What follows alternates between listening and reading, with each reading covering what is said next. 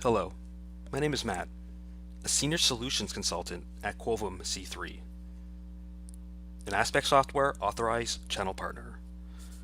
And this is our Aspect Software Troubleshooting Tip number 2.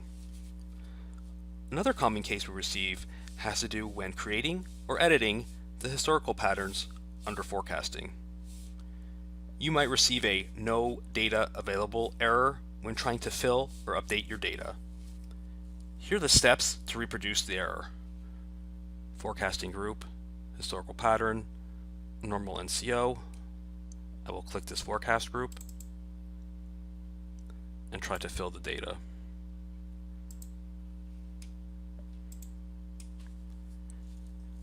This is common when copying or editing or reusing the same forecasting group over and over again. Here are the steps you can take to resolve this issue. What these steps ensure is it unlocks the data to be used again, because the data is available, it just is locked. What you'll need to do is reprocess the data. You'll need administrator access to EWFM. Go to the Administration tab, Housekeeper, Miscellaneous, Reprocess ACD Contact Server Data.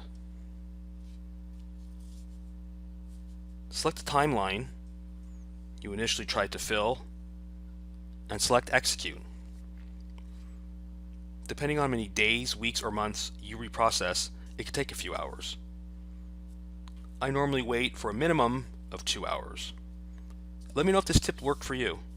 To learn more, if you have your own question or have any other consulting needs, not only with Aspect, with any workforce management software or workforce management in general, please feel free to reach us at wfm@quovimc3.com.